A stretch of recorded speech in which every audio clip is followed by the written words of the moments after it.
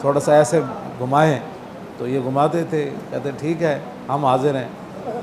تو اللہ تعالیٰ ان کو صلہ دے گا۔ تو مسئلہ یہ ہے کہ ہم نے کچھ بھی نہیں کیا، کیا کرنا تھا، ہم نے بیٹھے رہے وہاں، تو آ گئے اب آپ کے سامنے، کچھ بھی نہیں کیا۔ تو جن حضرات نے جیلیں کاٹی ہیں، جس طریقے سے بھی، مجھے پتہ ہے بڑے بڑے لوگوں پر ظلم ہوا، اور ہمارے علامہ حافظ محمد یوسف صاحب شہید ہوئے وہاں حافظ آباد جیل میں، اور حضرت علامہ مولانا منیر احمد نعمانی صاحب جو ہیں ادھر کوٹ عبد المالک کے ہمارے علامہ ہیں، ان کی پوری ٹانگ جو ہے یہاں سے کٹ گئی ہے۔ میں نے بھی جو ظلم و ستم اندر برداشت کی ہے، یہ محض اس کا فضل ہی تھا، ورنہ ہو سکتا آپ کے پاس لاش آتی۔ تو کوئی نہیں، انشاءاللہ ہم حاضر ہیں۔ کہتے جو ہیں کہ فین نابی و والدتی و اردی محمد منکم بکاؤ، کہ میں بھی، میرا باپ بھی، میری ماں بھی، میری ساری عزتیں حضور کی عزت پر قربان ہیں۔ جب یہ بات کہتے ہیں تو ان باتوں کی کوئی حیثیت نہیں ہے، اور انشاءاللہ حضور کا دین آئے گا، اور یہ مشن انشاءاللہ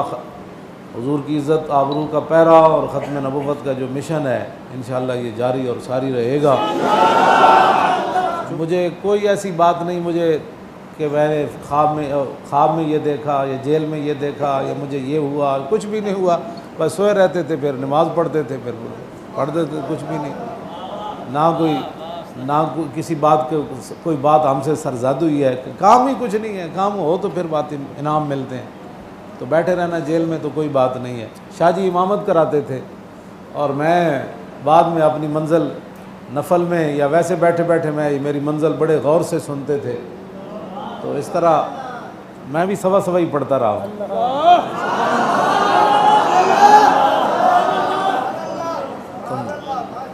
آج بھی میں نے یاد کی ہوئی تھی، میں نے آپ کی بڑی توجہ سے سنی ہے، زبردست پورا ترجمہ بھی ساتھ پھر۔ اور اللہ کی شان یہ ہے کہ جس جمعے کو میں گرفتار ہوا تھا، اس دن جناب یوسف علیہ السلام کا جو ہے وہ میں نے ذکر کیا تھا۔ تو اور اللہ کی شان یہ ہے کہ جس دن رہا ہو کر آیا تو آج سورہ یوسف ہی تراویح میں پڑھی ہے۔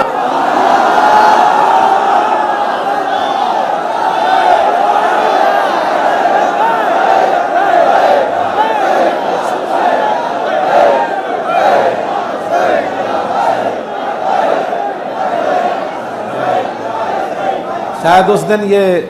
اس طرف اشارہ تھا کہ اب جانا ہے، ان آپ کی سنت ادا کرنی ہے، تو آج اشارہ یہ تھا کہ پھر قید سے رہائی ہو کر۔ ہاں جی، اللہ کی شان ہے، ورنہ ایک دن پہلے آ جاتے تب بھی سورہ یوسف نہیں ہونی تھی، کل رہائی ہوتی تب بھی نہیں پڑھی جانی تھی۔ تو یہ اللہ تعالیٰ کا اپنا ایک شان ہے، اس کی قدرت ہے، اتفاق نہیں ہے، اس کی شان ہے، اس کی قدرت ہے،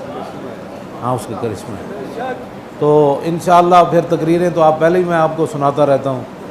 پھر ہوتی رہیں گی۔ اب چونکہ آپ نے سحری بھی کرنی ہے،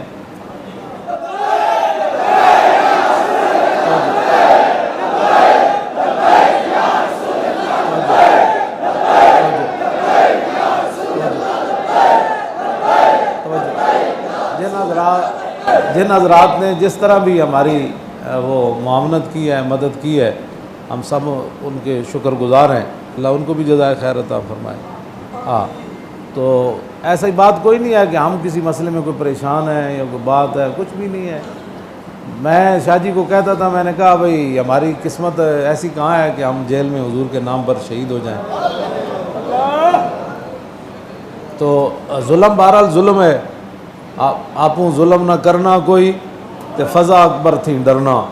تے جس دن آپ عدالت بیسی تل تل لکھیا پر، تے ظالم ظلموں نہ ہی ڈر دے، نہ ہی خوف خدا دا کر دے، اپنے کیتے ہوں آپ ہی مردے، اتھے اتھے ہومن خار بس کریوں علم و یار، باب اللہ شاہ فرمائے۔ تو ظلم تو بہرحال ظلم ہے کہ بے گناہ لوگوں کو اندر ڈالنا، پھر اور اس سردی کے اندر، اور اس لوگوں کے پاس بستر، جس طرح حضرت علامہ محمد وحید نور صاحب 4 دن بغیر بسترے اور بغیر چادر کے وہ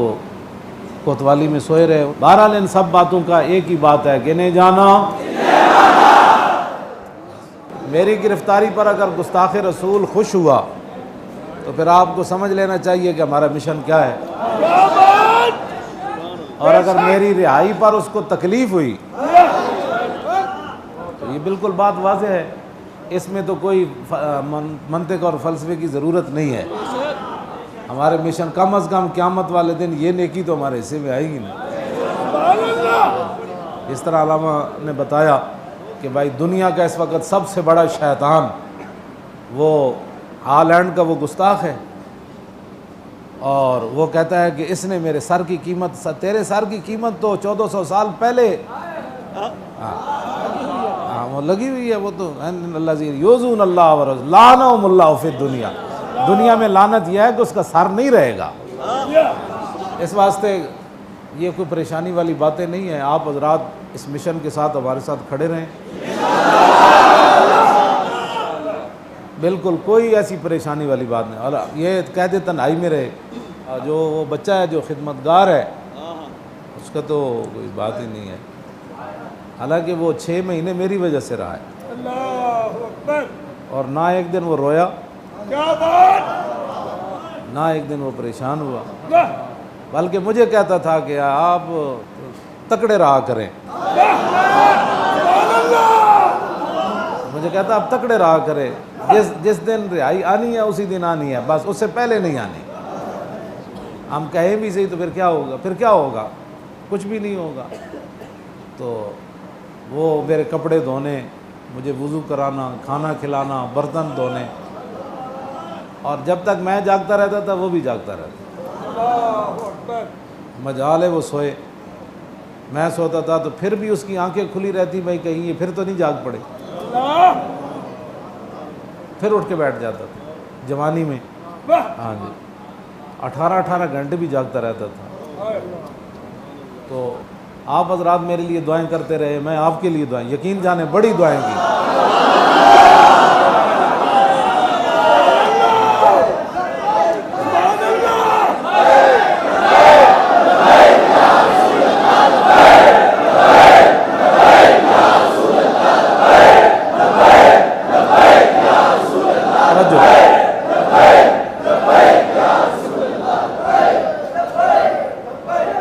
دلائل الخیرات شریف یہاں ایک حزب پڑھنا جو ہے نا وہ بڑا مسئلہ ہوتا ہے، وہاں میں ایک نشست میں پوری پڑھ لیتا تھا، ہاں جی، پھر وقت پھر بچ جاتا تھا، پھر شروع ایسے درود مصطفیٰ شریف، اوراد فتحیہ، اور جناب تسبیح، یہی کام تھا، اور ہمارا کیا کام۔ تو پھر میں آپ سب کے لیے دعائیں کرتا، جن کے تصورات میرے ذہن میں ہوتے نا، شکلیں، نام، میں ان کا نام بھی لیتا، نہیں تو میں سب کے لیے اجتماعی دعا، حضور کی امت کے لیے، برما کے مسلمانوں کے لیے، شام کے مسلمانوں کے لیے، ہاں جی، اور میں ان کے لیے دعائیں کرتا، یا رسول اللہ حضور کرم فرماؤ، اپنی امت سے کرم فرماؤ، یہی میں دعا مانگتا سی، انشاءاللہ کرم ہونا ہے، ہاں جی، کرم تو ادھر سے ہی ہونا ہے۔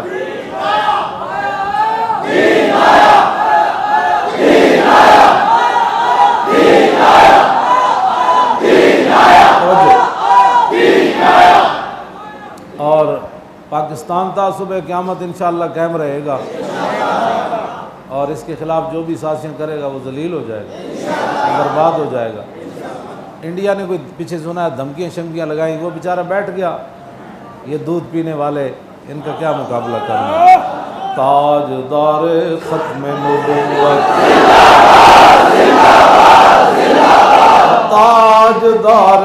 ختم نبوت، تاجدار ختم نبوت، تاجدار ختم نبوت، تاجدار ختم نبوت، تاجدار ختم نبوت، پاکستان کا مطلب کیا، دستور ریاست کیا ہوگا، پاکستان کا مطلب کیا،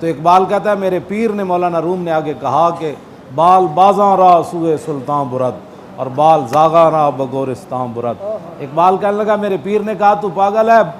پر دونوں کے پاس ہوتے ہیں، کوے کے پاس بھی اور شاہین کے پاس بھی۔ شاہین کے پر اسے بادشاہوں کے ہاتھ پر لے جاتے ہیں اور کوے کے پر اسے گندگی پر لے جاتے ہیں۔ جیل ہم نے بھی گزاری ہے اور بھی گزار رہے ہیں۔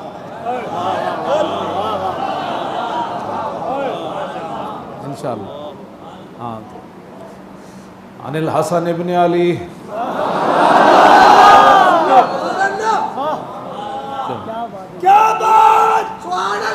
یہی ہمارا دستور ہے۔ عن الحسن ابن علی رضی اللہ تعالی عنہما قال سألت خالی ہند بن ابی حالہ وکان وصافا عن حلیت رسول اللہ صلی اللہ تعالی علیہ وسلم اشتہی ان یصف لی منہا تعلق بھی فقال کان رسول اللہ صلی اللہ تعالی علیہ وسلم فخما مفخما یتلال وجہ تلال القمر لیلۃ البدر فذکر الحدیث بطولی قال الحسن فقدمت الحسین زمانا ثم حدثت ووجدت قد سبقني إليه فسأله عما سألت ووجدت قد سأل أباه عن مدخلي وعن مخرجي وشكلي فلم يدع منه شيئا قال الحسين سألت أبي عن دخول رسول الله صلى الله تعالى عليه وسلم فقال كان إذا هوى إلى منزله جزا دخوله ثلاثة أجزاء جزءا لله عز وجل وجزءا لأهله وجزءا لنفسه ثم جزا جزءه بينه وبين الناس فيرد ذلك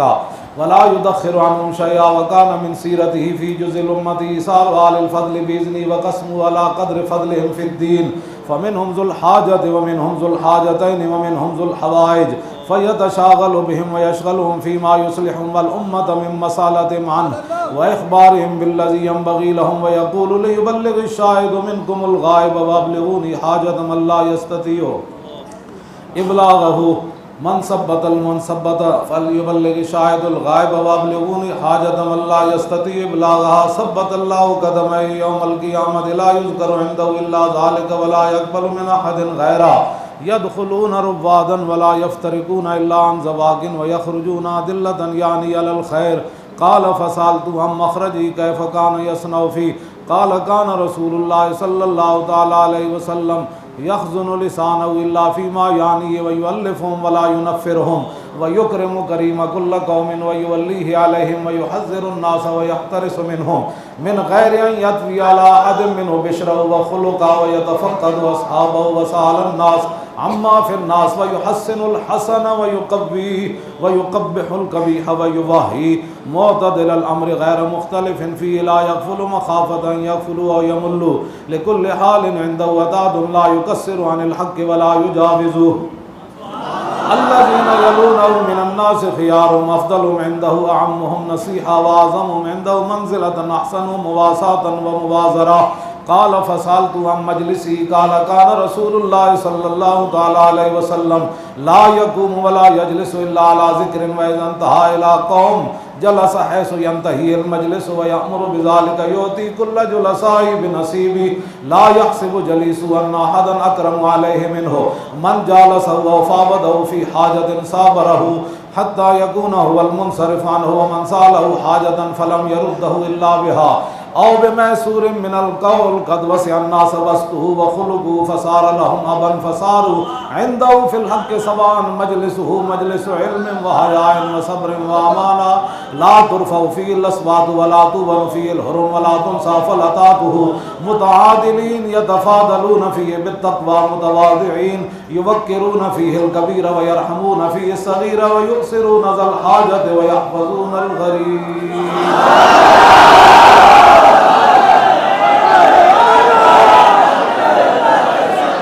مزید ویڈیوز اور اپڈیٹس کے لیے یوٹیوب پر علامہ Khadim Hussain Rizvi official channel subscribe کریں اور بیل آئیکن پر بھی کلک کریں۔